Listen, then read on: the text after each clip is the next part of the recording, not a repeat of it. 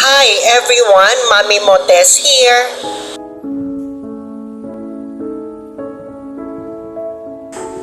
I still feel the pain, the anxiety, the depression, and the sleepless night.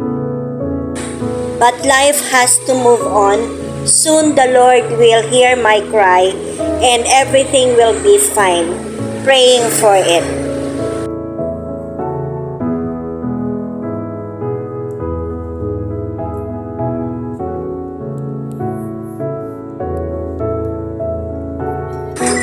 As the Bible says, direct me, Yahweh, throughout my journey so I can experience your plan for my life.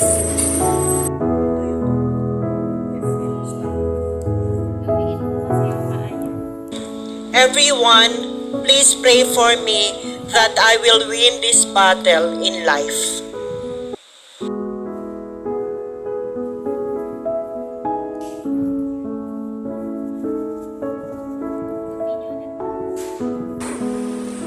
Thank you for watching and God bless us all.